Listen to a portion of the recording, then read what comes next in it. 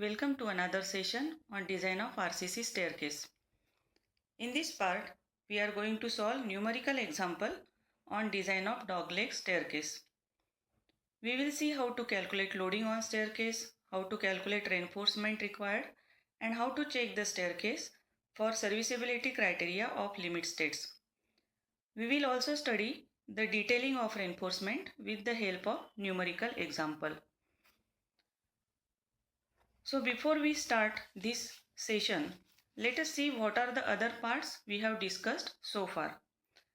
So in part 1a, we have seen basic terminology used in design of staircase. That is, what is meant by trade, what is meant by rise, what is flight of the staircase, etc. Then in part 1b, we have discussed classification of staircase. That is, what are the different criteria on the basis of which we can classify this staircase. We have also seen the meaning of staircase spanning laterally and staircase spanning longitudinally. Then in part 2, we have seen general steps of design of staircase.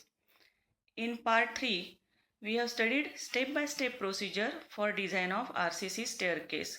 So part 3 describes the planning of the staircase.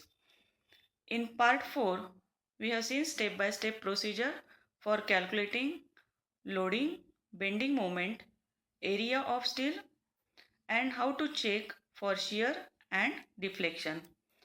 In part 5, we have solved one numerical example on planning of staircase for residential building and for public building.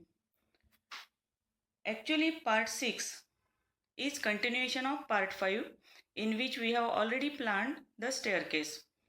That is, we have decided the dimensions of staircase. Same dimensions we are going to use to solve this problem. So in this problem, we are considering width of landing, which is also equal to width of step, as 1.25 meter.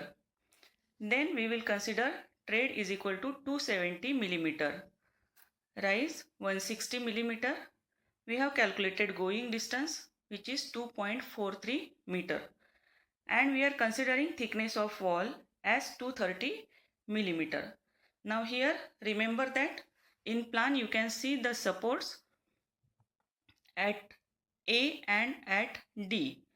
So this staircase is supported longitudinally parallel to the riser on the brick walls, and these brick walls are provided at the end of the landing. So to solve this numerical example, we are considering floor to floor height 3.2 meter, then riser 160 millimeter, trade 270 millimeter, width of landing 1.25 meter, width of flight, which is also equal to width of landing, 1.25 meter. Width of flight means width of step. Then floor finish 0.6 kilonewton per meter square. We are designing this staircase for office building, which is a public building, and this staircase is supported longitudinally parallel to risers on 230 millimeter thick masonry wall at outer edge. For this design, we are considering M20 concrete and Fe415 steel. Then we are assuming mild exposure. So what are the different exposure conditions? These conditions description is given in IS code 456 on page number 18, table number 3. On the basis of exposure, we have to decide the cover to the reinforcement. Now cover to the reinforcement is given on page number 47, table 16 of IS 456. Now after planning the staircase, the first step is to calculate effective span. The effective span for staircase is given in IS code page number 63, clause number 33.1. So in this, it is given that if the staircase is spanning longitudinally, Then effective span is center to center distance between the supports. So we have already seen the terminology used here. BL is width of the landing, G is going. So there are two landings plus thickness of wall. So half the thickness of wall from one side and half the thickness of wall from other side. So this is the center to center distance between the support. So if you substitute all these values, that is width of landing is 1.25 meter, going is 2.43 meter, and we are considering thickness of wall 230 millimeter. So if you add all these, we will get effective span as 5.16 meter, that is 5160 millimeter. After calculating effective span, next step is to calculate depth of waste slab. So you know that depth of waste slab is measured perpendicular to the incline. So it is shown by red line in this sketch. So this depth of waste slab is decided on the basis of L by D ratio, where D is overall depth and L is effective span. So here we are considering L by D ratio is equal to 20. So if you calculate from this, we get overall depth is equal to effective span, which is 5.16 meter. So 5160 divided by 20, we get 258 millimeter. Now we round up this overall depth to 260 millimeter. So we are assuming here overall depth of 260 millimeter. After calculating overall depth of waste slab, we have to calculate effective depth. Now effective depth is equal to 260 minus 20 minus 12 by 2. So 260 is overall depth, 20 is clear cover to the reinforcement, and we are assuming 12 millimeter diameter of the bar. So up to the center of that bar, so we are getting here effective depth is equal to 234 millimeter.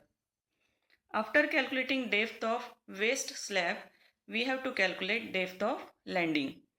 So here landing is a horizontal slab, and red line we are showing here depth of landing using red line.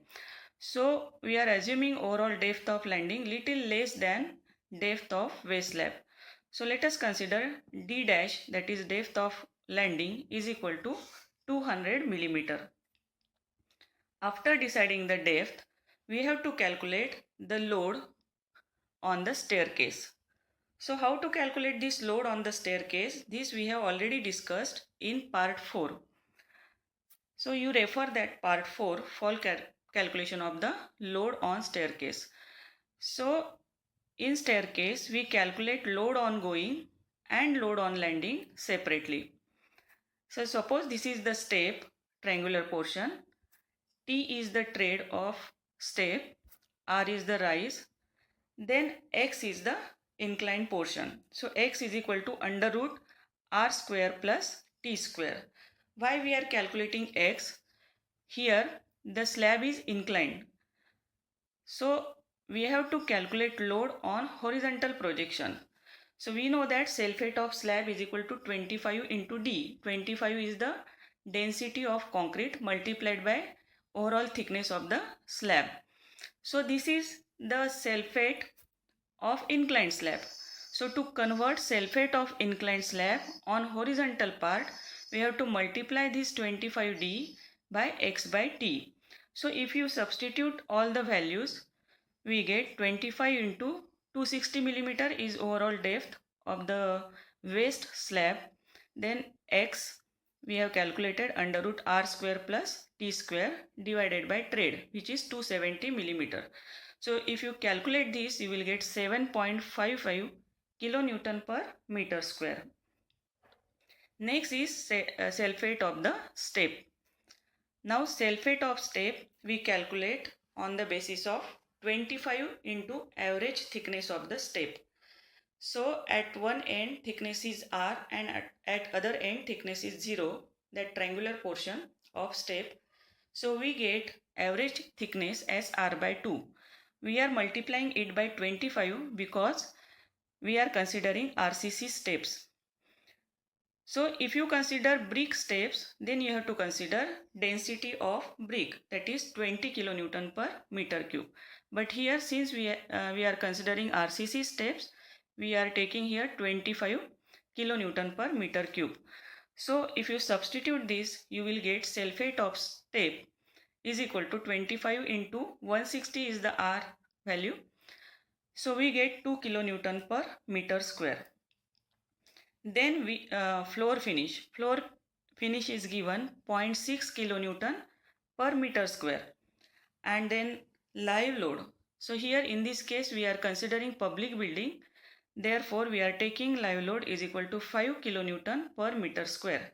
So if you add all these, you get total load ongoing, which is 15.15 kilonewton per meter square.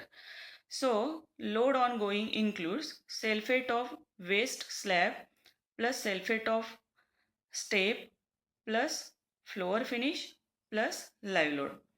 Next we will see how to calculate load on landing.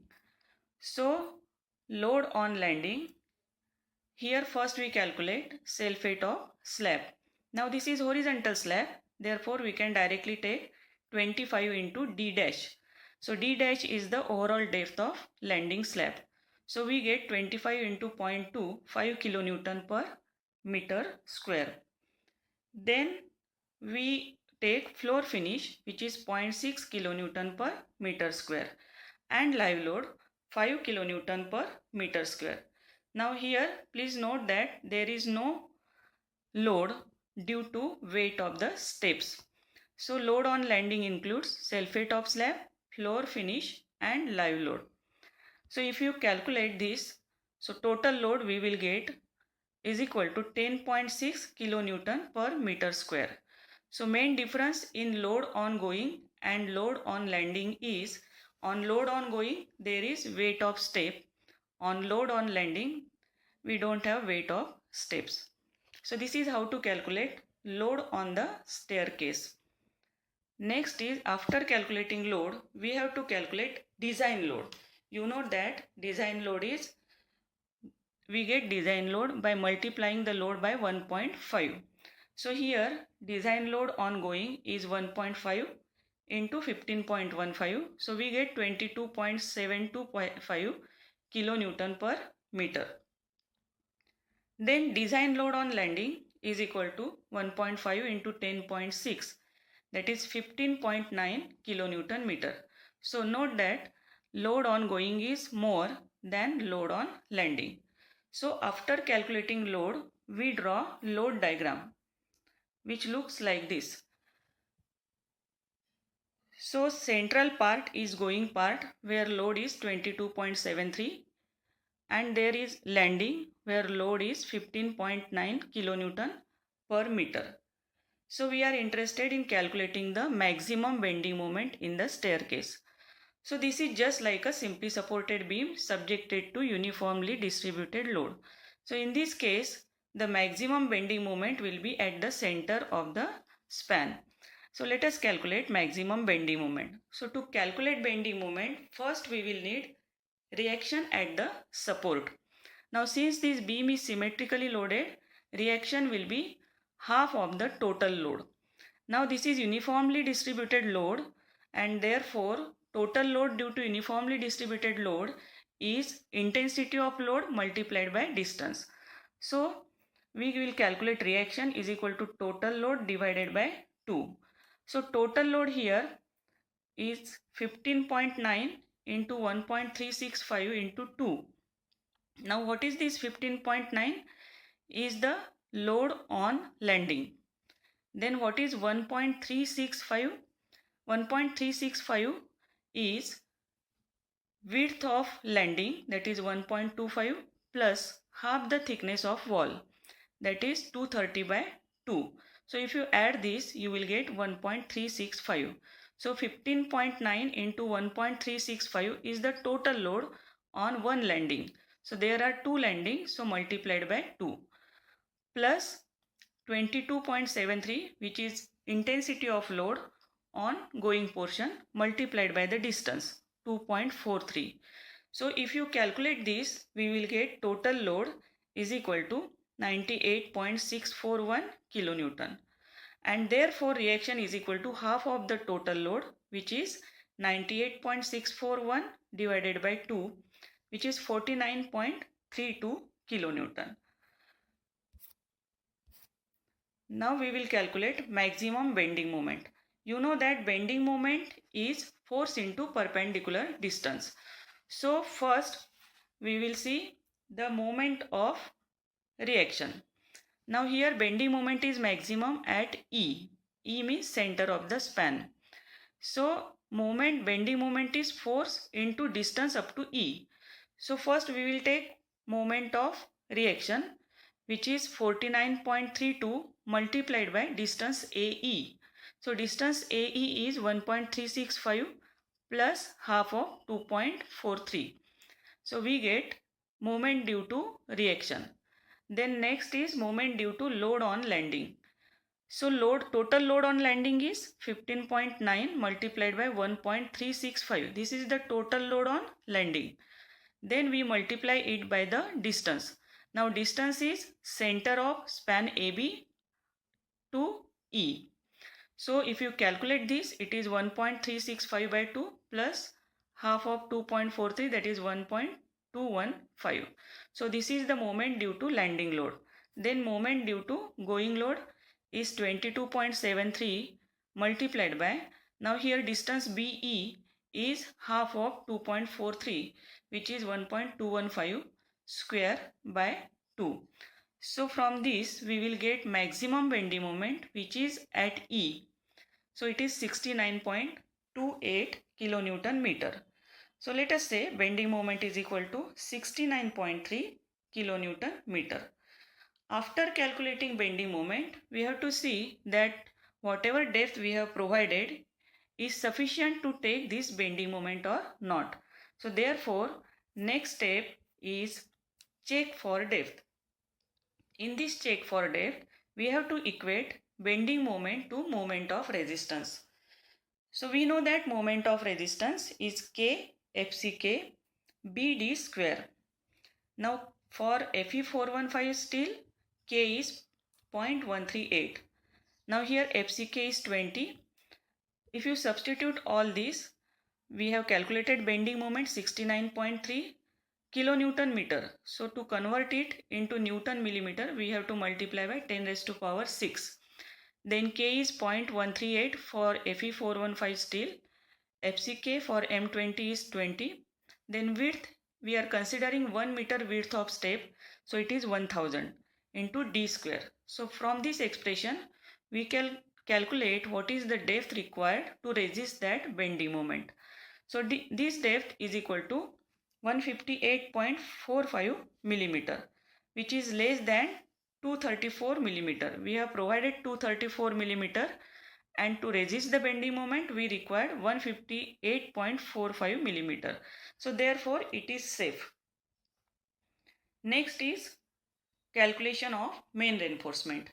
You know that while designing any structural components using limit state method, we design for limit state of collapse and we check for limit state of serviceability.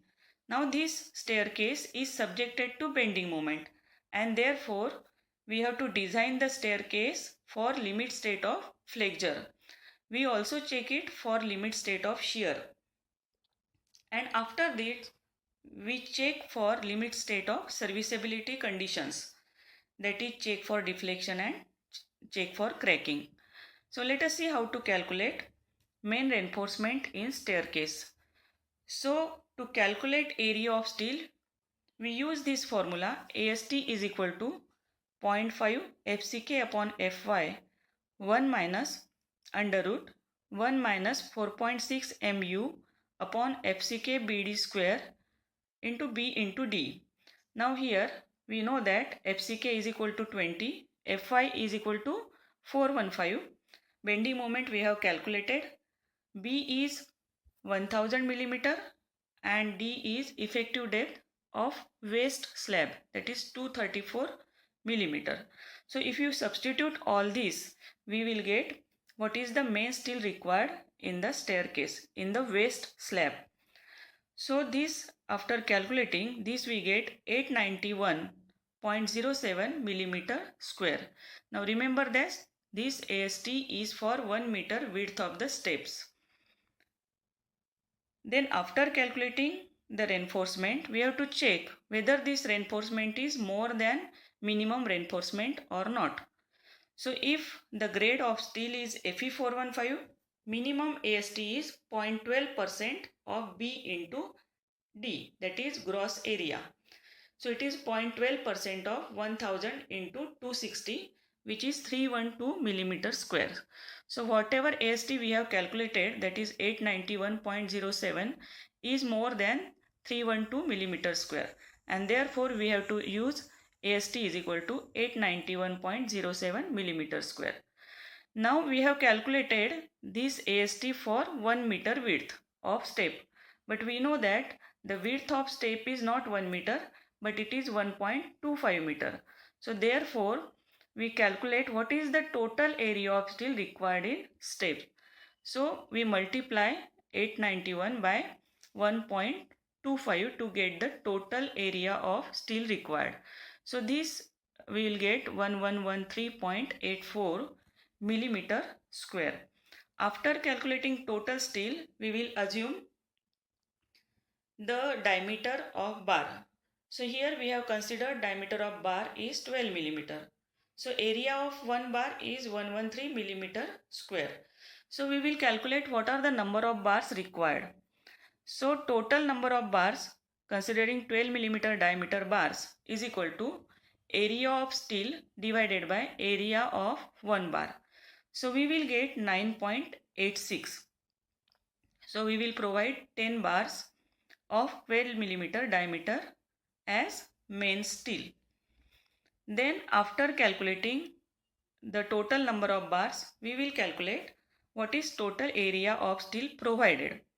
Now total area of steel provided is equal to 10 number of bars multiplied by area of one bar, that is 113.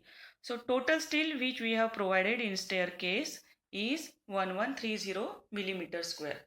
Now here required steel is 1113.84 millimeter square and provided steel is 1130 millimeter square. This required steel and provided steel is required for calculation of check for deflection. Now next, after calculating number of bars, we have to check what is the spacing between these bars and whether this spacing is within the permissible limit or not. So for that, we will first calculate the spacing between the bars.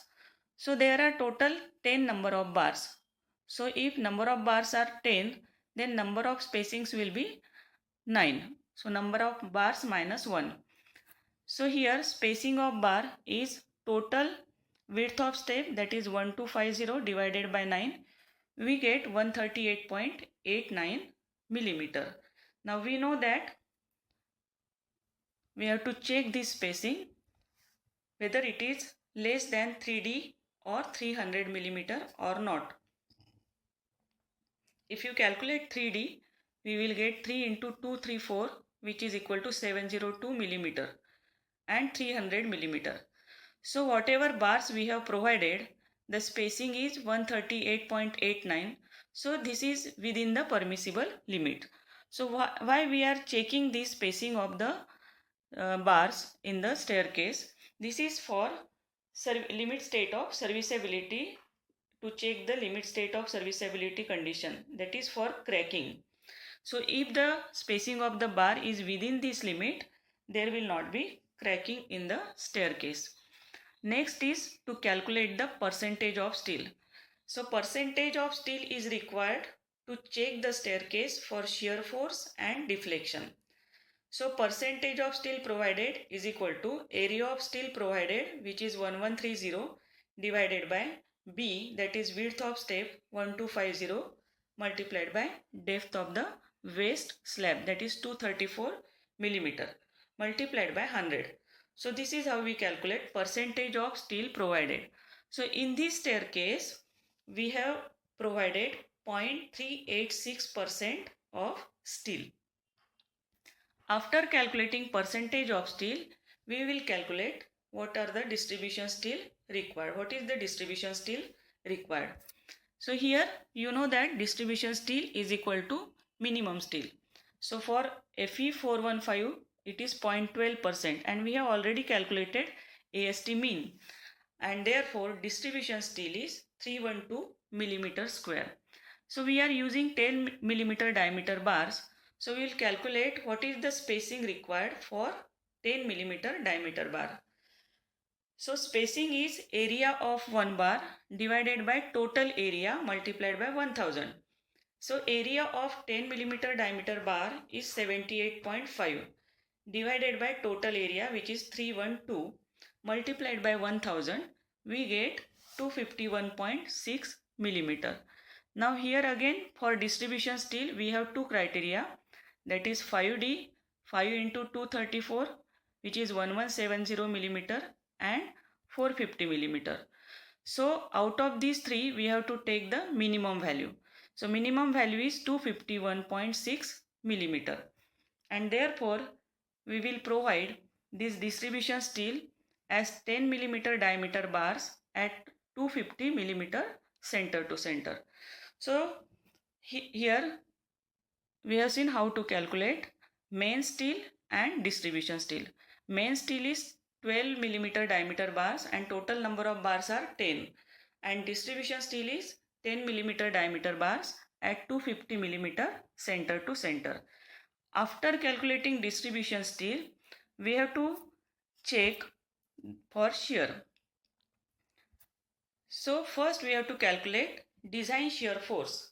So you know that if the beam is subjected to uniformly distributed load, then maximum shear force for simply supported beam, maximum shear force is at the support, and it is equal to reaction at that support. So therefore here design shear force is nothing but reaction which we have already calculated at the support. So which is equal to 49.32 kilonewton. So after calculating shear force, we will calculate what is actual shear stress tau V in the staircase. Now you know that stress is equal to force upon area. Now here shear stress, which is tau V, is equal to shear force 49.32 into 10 raised to power 3 to convert it into Newton, divided by area which is resisting that shear, which is 1000 multiplied by 234. 1000 is the width and 234 is the depth. So we get 0.21 Newton per millimeter square as actual shear stress in that staircase. Now we have to check that whether this actual shear stress is less than the permissible shear stress in concrete. So to calculate permissible shear stress in concrete, we have to refer page 73 of IS code, table 19. So in table 19, if you observe, column 3 is for M20 concrete. Now in column 3, it is given that for minimum steel of 0.15%, tau C is 0.28 Newton per millimeter square. So what is the meaning of this? If the percentage of steel is 0.15%, the concrete can resist 0.28 Newton per millimeter square shear stress. But in our case, actual shear stress is 0.21 Newton per millimeter square, which is less than 0.28. So we need not calculate for 0.386% because for 0.15% itself, tau C is 0.28. So actual shear stress is less than the permissible shear stress in concrete. Therefore, this is safe in shear. Now, next is check for deflection. Now in check for deflection, first we have to calculate percentage of steel, which we have already calculated, which is 0.386%. Now to check for deflection, we have to refer page 36, figure number 4 of IS 456. So if you refer this page, you will find this formula to calculate Fs. Fs is equal to 0.58 Fy AST required upon AST provided. So 0.58 multiplied by Fy is 415 and AST required is 1113.84 and AST provided is 1130. So if you calculate this, we will get Fs is equal to 237.25 Newton per millimeter square. Now if you refer figure number 4 of IS 456 for Fs 237.25 and percentage of steel 0.386, we get approximately multiplying factor is equal to 1.4 and therefore we check the L by D ratio. Now L by D ratio for simply supported is multiplying factor multiplied by 20. So therefore depth required for deflection criteria is equal to effective span 5160 divided by multiplication factor which is 1.4 into 20. So for deflection criteria we need the depth of waste slab as 184.28 millimeter, whereas we have already provided the depth 234 millimeter. So required for deflection is less than provided and therefore this staircase is safe for deflection. Now last step is detailing of the reinforcement. This is the staircase we are designing where there are 10 number of risers and 9 treads. Now in this staircase first we will see how to provide the main steel in waste slab. So this steel is shown by this red line. Now please note that in top landing we are taking this bar to the top portion of the slab, landing slab, and not bending at the bottom side. So this is reinforcement which is calculated for main reinforcement, that is 10 bars of 12 millimeter Phi. So we are providing main steel in waste slab as 10 bars of 12 millimeter diameter. Same steel is required at the bottom portion of landing. So this is also 10 bars of 12 millimeter diameter. Next is distribution steel. Distribution steel we have calculated and it is 10 millimeter diameter, 250 millimeter center to center. So main bar is the straight line, whereas distribution steel in cross section you can see the dots. Next is the reinforcement in landing portion. Reinforcement in landing portion is also at the bottom side, which is shown by blue line here. So this is also equal to the reinforcement which is shown by red line, that is 10 bars of 12 millimeter diameter. So here main bars in landing is equal to 10 bars of 12 millimeter diameter. Now at the junction of inclined slab and top landing, due to the shape of the staircase, there is possibility of negative bending moment at top of landing and flight junction. So to resist this negative bending moment, some nominal reinforcement which is shown by pink line here, this is provided to resist possible negative bending moment at the junction. So these bars are provided equal to minimum steel, and minimum steel we have calculated 10 millimeter diameter at 250 millimeter center to center. So red bars are the main steel in waste slab, blue bars are the main steel in landing slab, and pink bar are to resist possible negative bending moment at the junction due to shape of the staircase, and then distribution steel. Now many times we observe in online videos that reinforcement is provided like this. They are taking the reinforcement from the inclined slab in the landing directly like this. But remember that the bars in the waste slab are under tension, and therefore these bars has tendency to straighten up under the tension. and due to this there is possibility of spalling of concrete in this portion shown by arrow.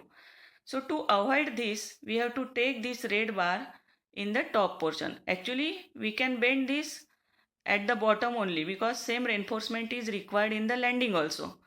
So reinforcement required in base slab is equal to reinforcement required in landing. But we are not bending the bars like this to avoid the spalling of concrete.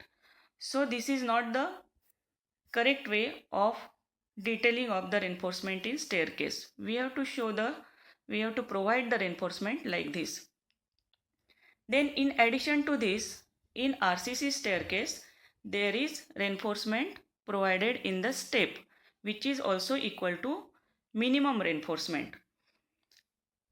So this is all about the detailing of the reinforcement in staircase. So thank you for watching this video.